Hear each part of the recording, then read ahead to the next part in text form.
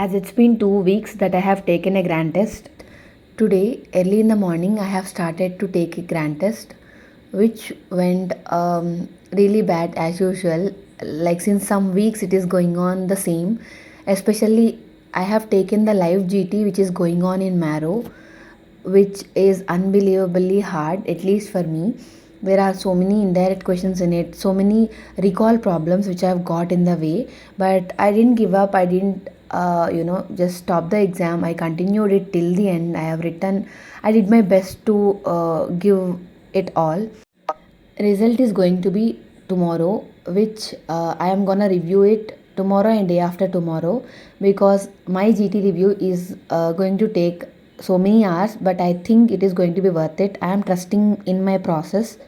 After checking the poll kept in community post, I have finally decided to study microbiology. So I have started with BTR, watching the classes, because it's been 4.5 hours, and I am gonna change my way of reading completely this time in microbiology. So first I'm gonna do with BTR, then PYQs. Just go to rapid revision notes. If any extra points are there, I will just annotate them. And because I have some time now, I'm gonna do Q bank from marrow.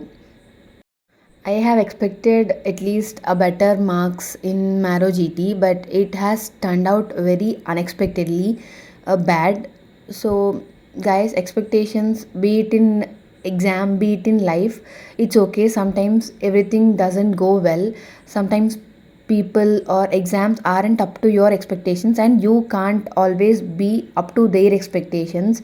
So, just live your life, otherwise, you will literally end up miserable. Just be happy with what you have. You can't satisfy everyone. That's the lesson of my life today. Bye, guys.